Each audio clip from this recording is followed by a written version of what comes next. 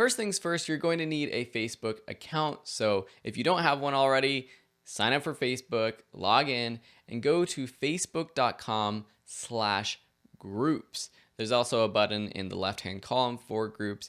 Here you'll see all the groups that you're a part of and the groups that you manage. And there's a quick and easy button up here in the top right to create group. So I'm just going to test create a group to walk you through how it starts.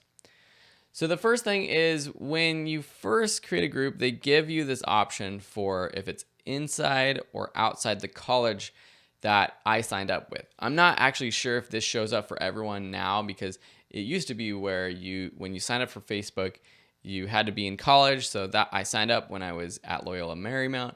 It's probably not an option now for everyone. But for your business, you're definitely going to choose outside of the university that you're in. Next, you want to name your group.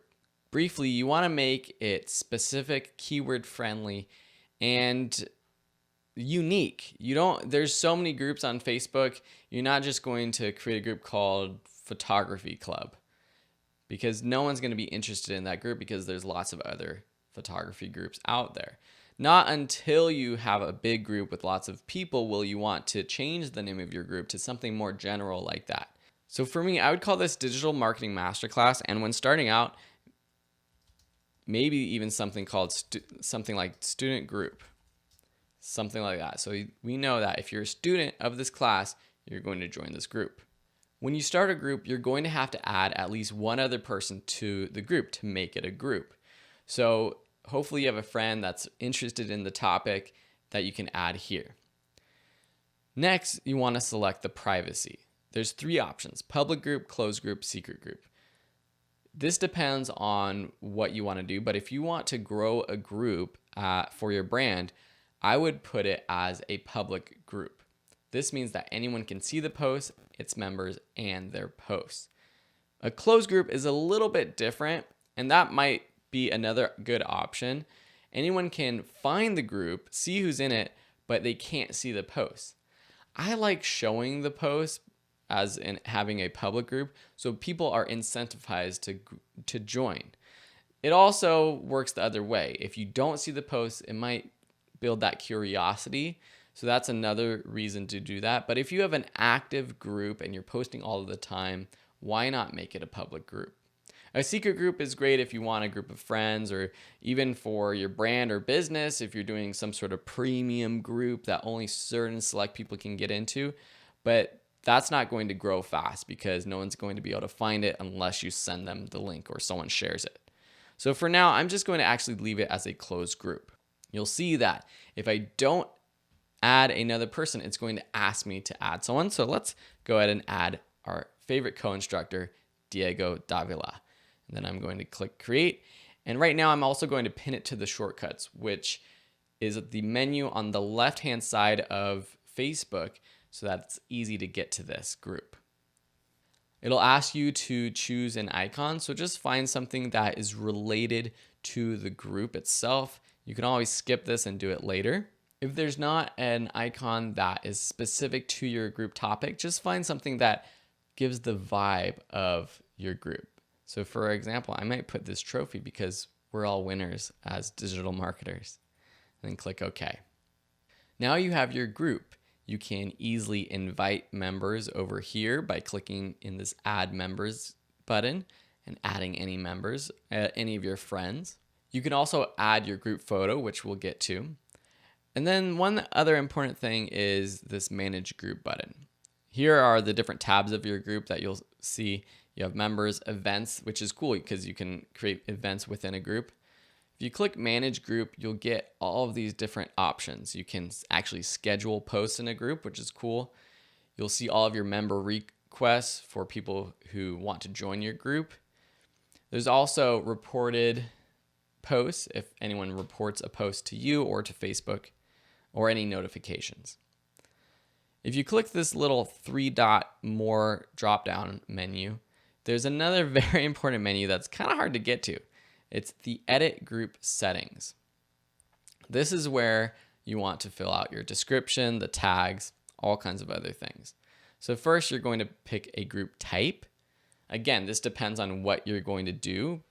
For example, this group might be a school or class, or maybe even a study group. For your brand though, you might want to choose something like buy and sell, which will allow you some more extra features to promote your products and services. Pick the one that works best for your business. You could also choose custom. The description is a great place to include a quick welcome. Also, some rules that you want to include for your group. Oftentimes I will put, and I see a lot of groups putting rules like no spamming. And what does that actually mean?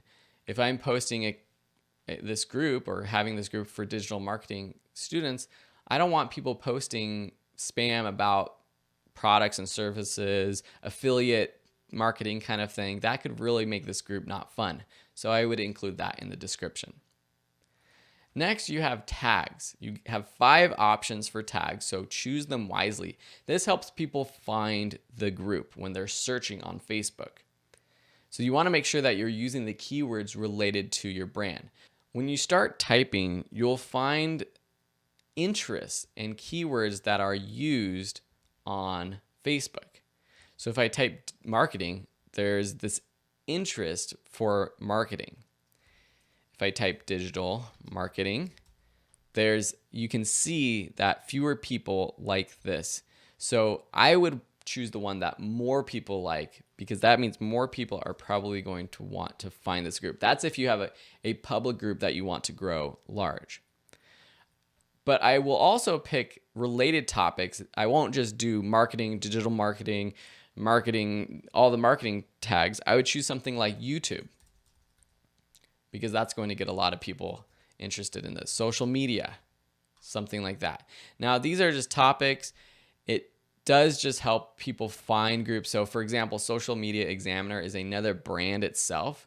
By choosing this though, it allows people who like this topic or this page or this group to potentially find your group more easily.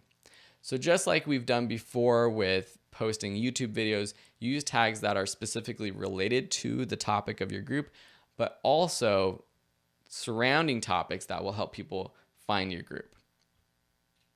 Locations, if you want it to be specifically for people within a location, add a location.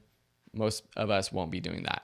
Linked page, this is really cool. So this is if you create a page for your brand, you can link it to the group. This allows you to post from that page to the group or as that page to the group rather than as your personal self. So for example, if I don't do this and I go back to the digital marketing masterclass and I just type something, hi, this is going to post from Phil Ebner, my personal account. I might want to post as the group itself, so from Digital Marketing Masterclass.